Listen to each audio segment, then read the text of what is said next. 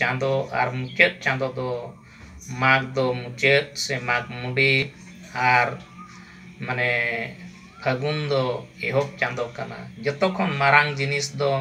नय कोड़ा गिद्रा कुड़ी गिद्रा को माघ चांदो रे जुदियो आको ते को ᱧᱟᱯᱟᱢᱚᱜᱼᱟ मेनखान उनकुआ बाहा सावा सार सगुन कमी होरा दो ओना बांग हुई दाड़ेया कना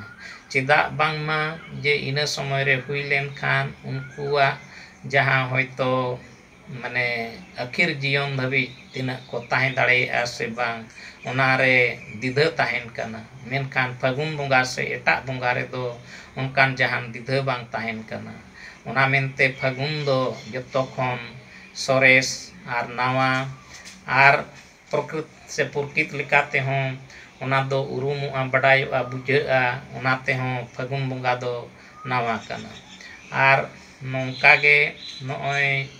रघुगुरु नोका दो आजा बाखेण पतो रे लई काना नावा ओना दो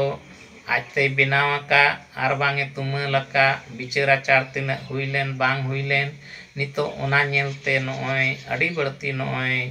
माने मयूरभंज उड़ीसा रायरंगपुर ओना टोठा रे माघ पुइलो रे एनेज सेरेኛते आकुआ रस्क को सदरेदा एनखान ओना रस्क सरीगे तिना जथाता से बांग नोआ विचार आचार काते नेल दरकार कना आर जुदी मौज गे कना ठीक कना विचार आचार काते बेस जथात हुई कुआ एनखान दो ओना कथा को हों आबो खंदरन काते विचार काते नेल काते ओल काते ओना को दो सदर लगती कना आर जतो होड़ उनका लेका मानाव बताव लगती कना आर जुदी उनका बांग कना आर उनका जुदी बन कोरावेया एनखान मिद दिन हिलो आबो दो सांताड़ कोआ जुमिद बाय ताहेना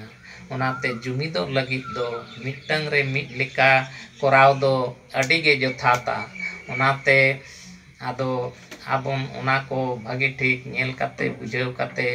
ओना मानाव बताव रेना बोन चेष्टाया आदो मा तेहेñ दो एनखान निना गेबोन गालोचा से नोआ को बरायते बोन बडाया आरो नोंका गे नोआ को विषय रे ढेर गोटांग कथा को बडाय रेना बोन चेष्टाया मा एनखान तेहेñ दो नडेगिñ केचेट केया।